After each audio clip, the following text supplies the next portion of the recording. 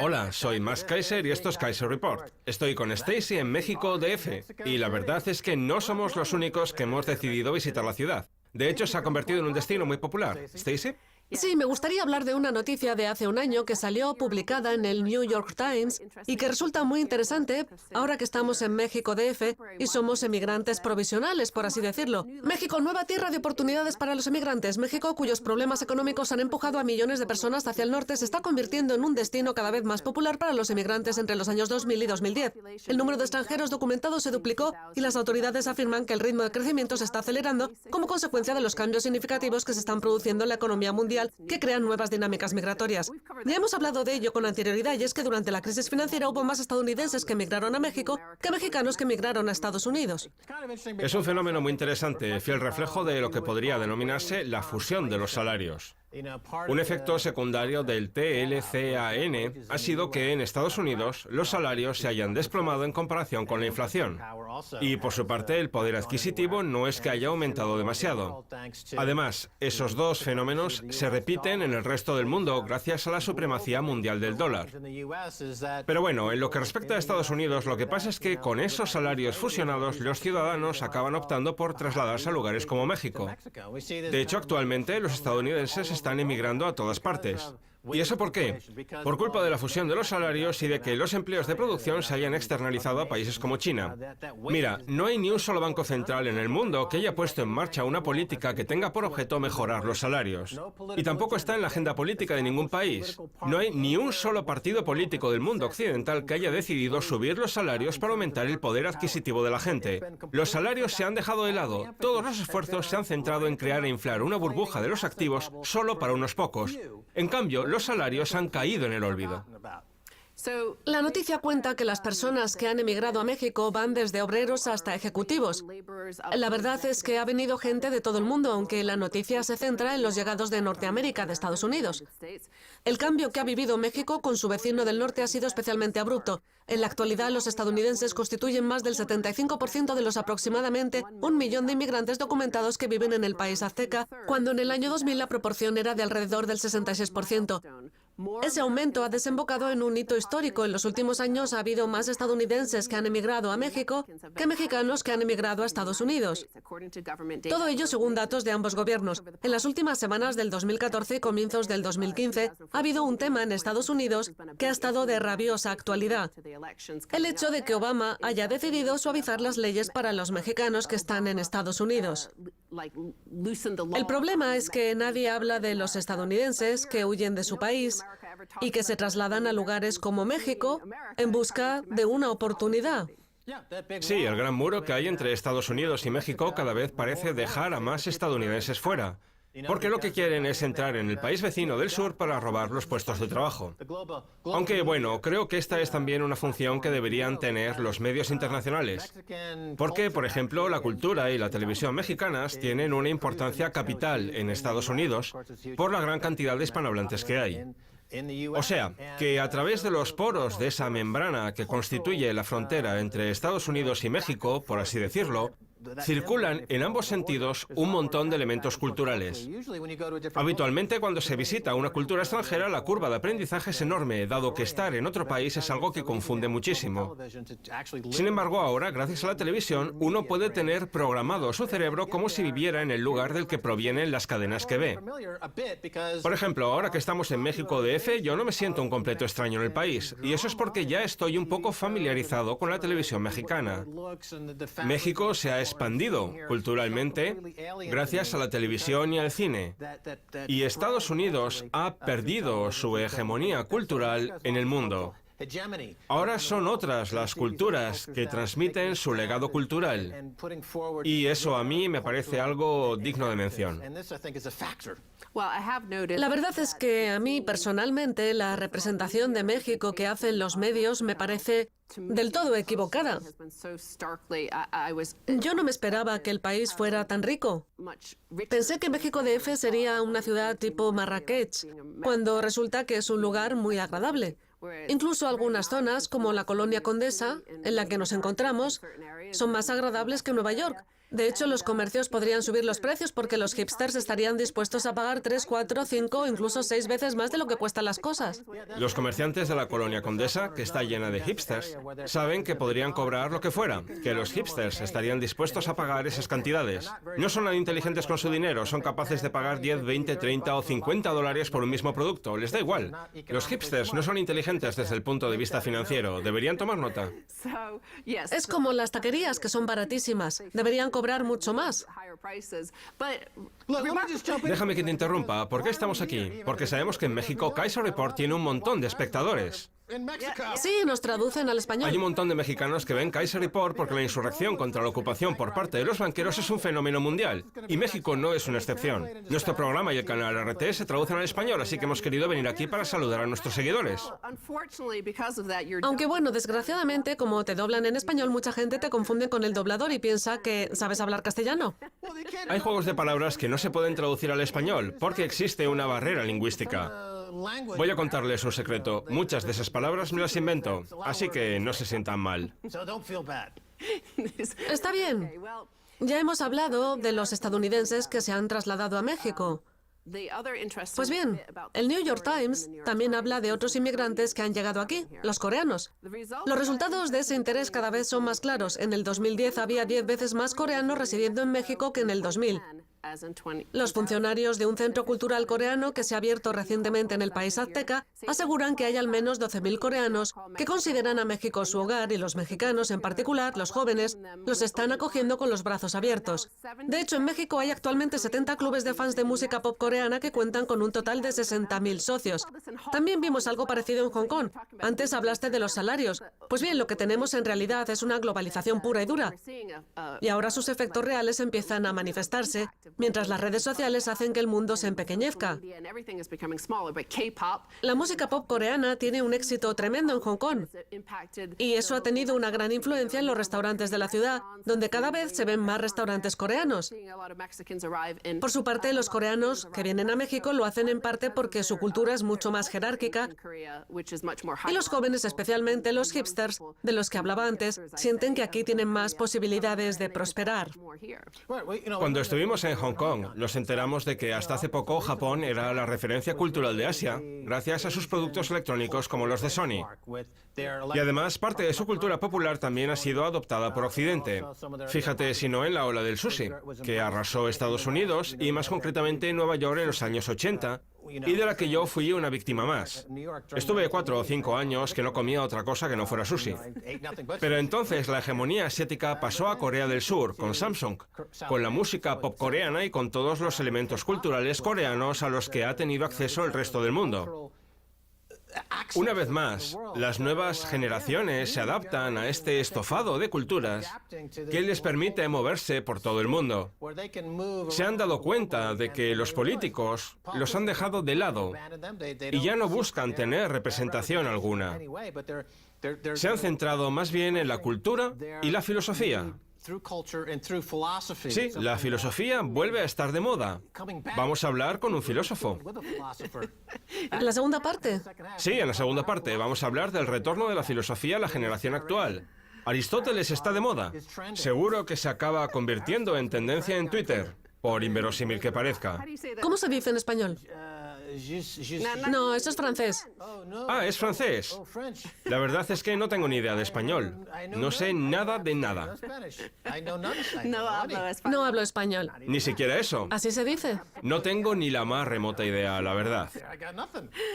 En fin, el 1% de la población mexicana es extranjera, mientras que en Estados Unidos la cifra de extranjeros asciende al 13%. Así que es posible que en los próximos años el porcentaje aumente en México.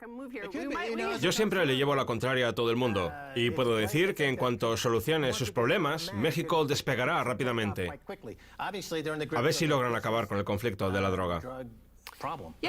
Estuve hablando del tema mientras comía con una persona de aquí y la conversación fue por esos derroteros, a no ser que estuviera alucinando. También hablamos de Uruguay. En México hay un montón de uruguayos, que antes era uno de los países más corruptos y peligrosos del mundo.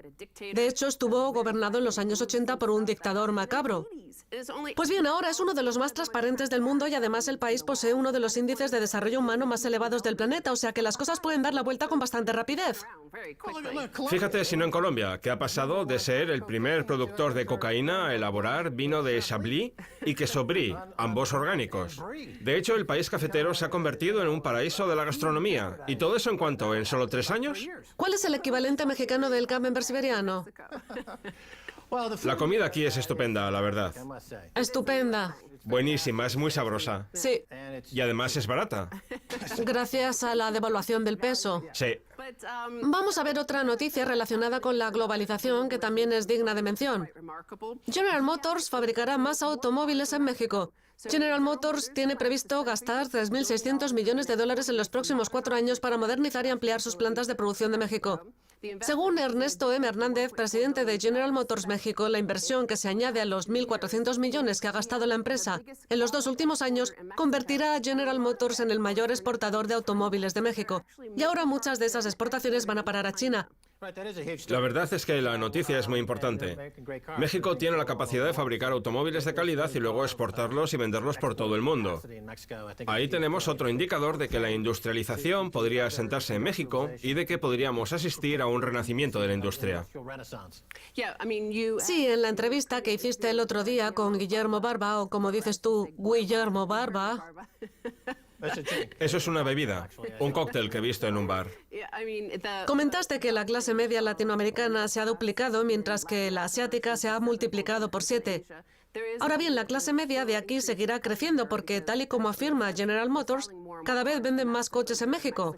El ministro de Economía mexicano, Ildefonso Guajardo Villarreal, aseguró que la inversión permitirá duplicar la producción de General Motors en el país. En total, la expansión creará hasta 5.600 puestos de trabajo en General Motors y otros 40.000 empleos en industrias relacionadas de México. Y la verdad es que eso podría ayudar a paliar la pérdida de puestos de trabajo que se está produciendo en el sector del petróleo por culpa de la caída del precio. Sí, eso está bien. Fíjate si no en lo que está pasando en Detroit, donde el sector automovilístico se ha hundido y con él todos los empleos de producción relacionados. Eso es lo que va a hacer que algunos estadounidenses acaben trasladándose a México ante la posibilidad de conseguir un trabajo digno. México tiene todo ese potencial, solo le falta acabar con el problema de los cárteles de la droga. Tenemos que irnos. En la segunda parte hablaremos de por qué Aristóteles está de moda. O, como dijo Descartes, soy suizo, luego existo. De acuerdo. No se pierdan la segunda parte. Hablaremos de la crisis existencial.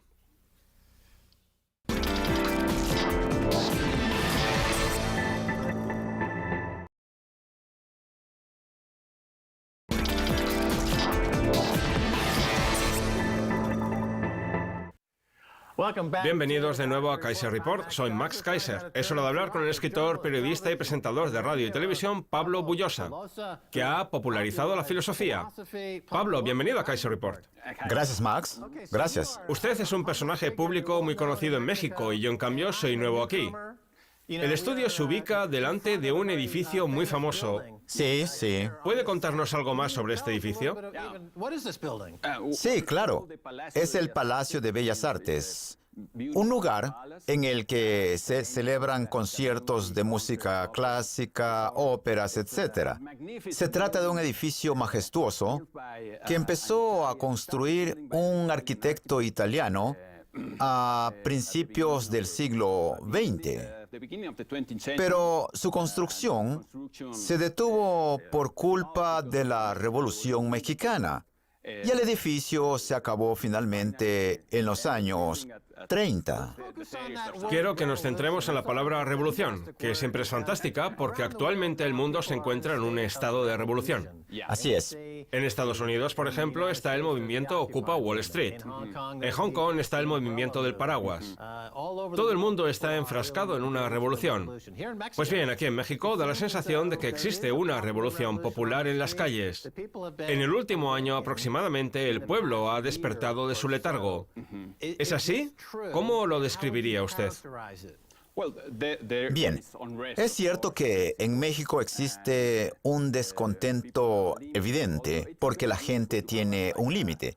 Lo que pasa que es muy difícil llevar un registro preciso de la violencia en el país.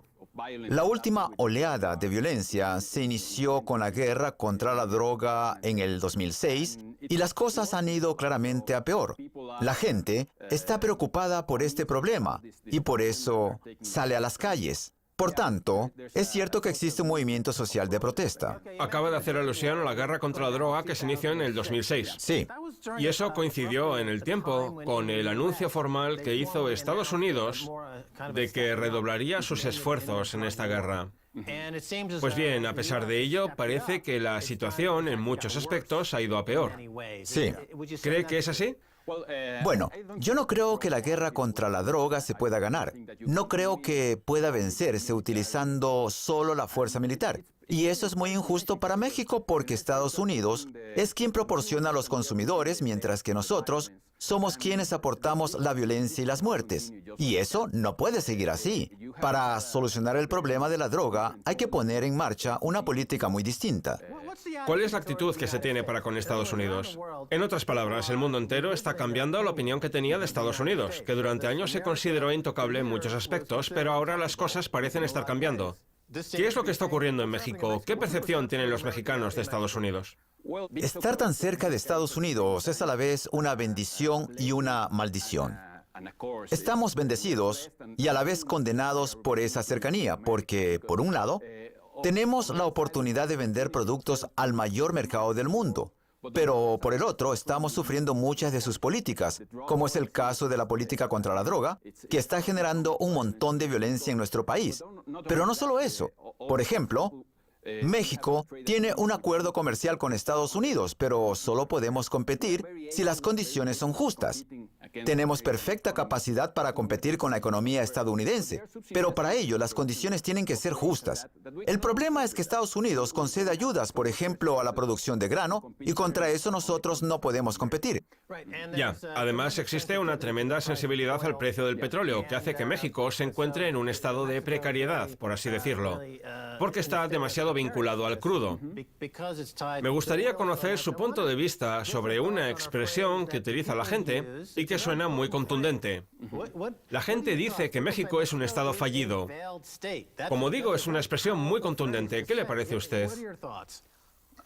Yo no creo que México sea un estado totalmente fallido, aunque yo creo que a largo plazo el México pacífico se acabará imponiendo, porque hay muchos millones de mexicanos que salen todos los días a las calles para prosperar, llevar una vida normal sin meterse en problemas, criar a sus hijos, cuidar a sus familias. Yo creo que la mayoría de los mexicanos son perfectamente capaces de llevar una vida pacífica y civilizada, y por lo tanto, eso es lo que acabará por imponerse. Bien, avancemos. Hace poco, la organización periodística Político, muy conocida en Estados Unidos, publicó un artículo de John Ackerman titulado «Ha llegado la hora de redefinir las relaciones entre Estados Unidos y México. La estrategia actual de Estados Unidos ha fracasado». Ackerman asegura que la violencia que genera la guerra contra la droga está perjudicando a México de muchas formas. Claro, sin duda alguna. Pero ¿cómo se redefine esa relación? Porque, utilizando una expresión de Matt Taibbi, parece como si Estados Unidos fuera un calamar vampiro que ha extendido sus tentáculos alrededor de todo lo que pasa aquí. ¿Cómo se puede huir de eso? Bueno, hay algunos países latinoamericanos que, por ejemplo, están empezando a cambiar sus políticas relativas a la droga y la única forma actual de lucha contra la droga, que es la vía militar, no está funcionando. No lo hará en el futuro. Está bien, vamos a adentrarnos en el meollo de la política y más concretamente en la corrupción. De hecho, ni siquiera sé si somos conscientes de lo serio que es. Y en respuesta a su pregunta sobre el fracaso de las instituciones, yo no creo que tengamos un fracaso total, pero sí es cierto que tenemos mucho que mejorar. Por ejemplo, la justicia no funciona. Se acusa a inocentes sin pruebas y se les acaba metiendo en la cárcel, mientras los verdaderos culpables caminan libremente por las calles, y eso es algo que tenemos que cambiar. Volviendo a la palabra revolución, da la sensación de que en el último año la juventud mexicana está empezando a darse cuenta de que su gobierno la ha abandonado.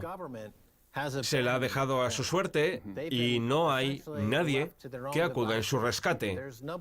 Se le está aislando y dejando morir. No quiero parecer excesivamente dramático, Pero eso es lo que está pasando en todo el mundo, que la juventud no tiene acceso al estado del bienestar, a la educación, a la sanidad, absolutamente a nada. Se le está abandonando por completo. Usted lo sabrá mucho mejor que yo. Los déficits gubernamentales son una forma de dar dinero a las generaciones más mayores mientras a los jóvenes se les priva de un futuro. Pues bien, eso pasa en todo el mundo. También en México. Los jóvenes no tienen las oportunidades que tenían los miembros de 2 generaciones atrás. Hoy en día, el mundo es un lugar mucho más difícil para los jóvenes mexicanos y de otros lugares del planeta. Y el descontento y el sentimiento de abandono son muy reales. No tengo una bola de cristal que me diga qué es lo que va a pasar en el futuro, pero está claro que nos encontramos en una situación peligrosa. Y también está claro que la gente no es feliz y que los jóvenes se encuentran en una situación verdaderamente, Max, alarmante. Bien, cambiemos de tema. Su principal especialidad es la filosofía. Y como tal, me gustaría hacerle una pregunta. A lo largo de la historia, los filósofos son los que han dado un paso al frente y los que han cambiado la forma de pensar del pueblo. Las ideas son muy poderosas. ¿Las doctrinas de qué filósofo considera usted que deberíamos recuperar y tomar como referencia para que la gente pueda replantearse las cosas y dar un paso adelante? Yo creo que los filósofos antiguos son los mejores, porque son tan antiguos que parecen nuevos. Yo recuperaría las doctrinas de los filósofos griegos como Platón o Aristóteles, especialmente las de este último. Creo que sus planteamientos pueden ayudarnos de muchas formas a resolver esta situación. El problema es que esta generación está muy alejada de la filosofía aristotélica, porque no está en Facebook, ni en Twitter, ni en las demás redes sociales, ni siquiera en la televisión sensacionalista. A esta generación se la ha alejado de la capacidad de pensar por sí misma. De hecho, pensar por uno mismo se ha convertido en un delito, filosóficamente hablando. ¿Está de acuerdo? No sé muy bien si podemos hablar de un delito desde el punto de vista filosófico.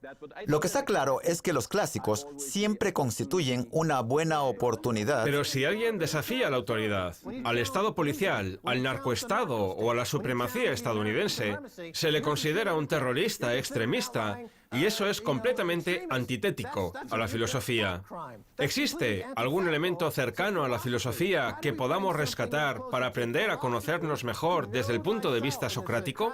¿Podemos retomarlo e incorporarlo de nuevo al debate público? ¿Cómo lo haríamos? Usted es filósofo, mexicano y sale en televisión. Díganos cómo. Somos personas responsables y como tales tenemos que afrontar nuestros propios problemas. Los estudiantes tienen que encontrar sus propias respuestas a los dilemas que nos plantean las circunstancias actuales. Ellos no han elegido vivir en un mundo así, pero así son las cosas y hay que saber afrontarlas. Pueden aprender mucho de la forma que tenían los antiguos de resolver sus problemas, muchos de los cuales no difieren mucho de los actuales. Siempre ha habido corrupción y violencia a distintos niveles. Y como cada uno de nosotros tiene su propia vida, todos tenemos que saber afrontarlo.